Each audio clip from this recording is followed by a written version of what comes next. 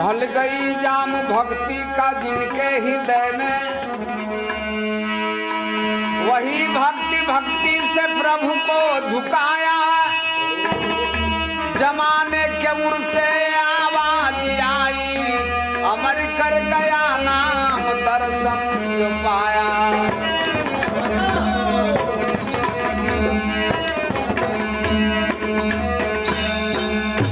वाल्मीकि तुलसी कबीर सूरदास की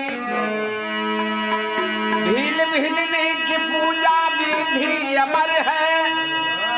भक्ति से सेवरी प्रभु दर्शन को पाई, कि भक्ति से मीरा भी पी गई जहर है। हर केहू बुरा न होला, वक्त बुरा करेला। केहू बुरा न होला, वक्त बुरा करेला। केहू बुरा न होला।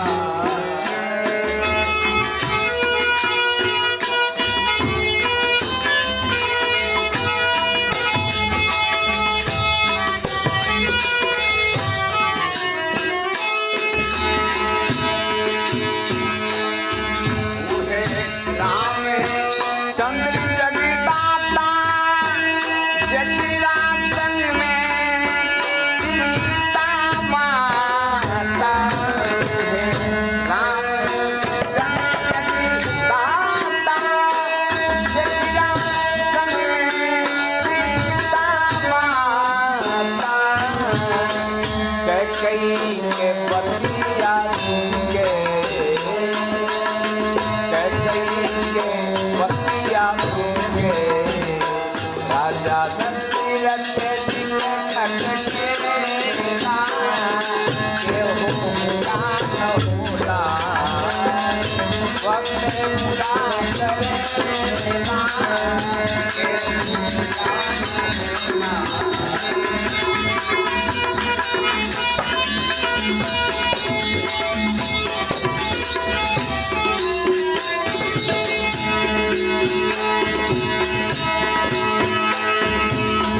और कहा जेकरा रहे सोना के लंका, ओ कर पागली जगी में डंका।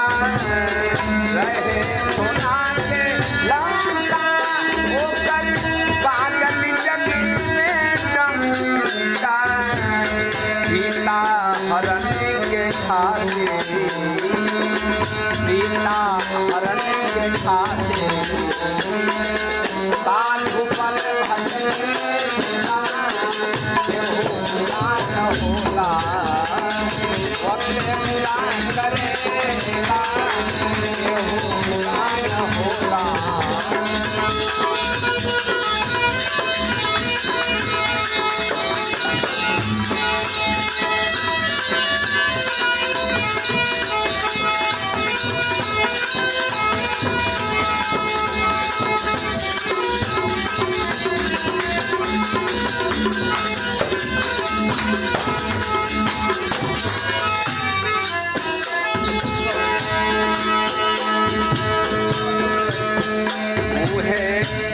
भोले भंडारी जेकर सारी दुनिया पूजा।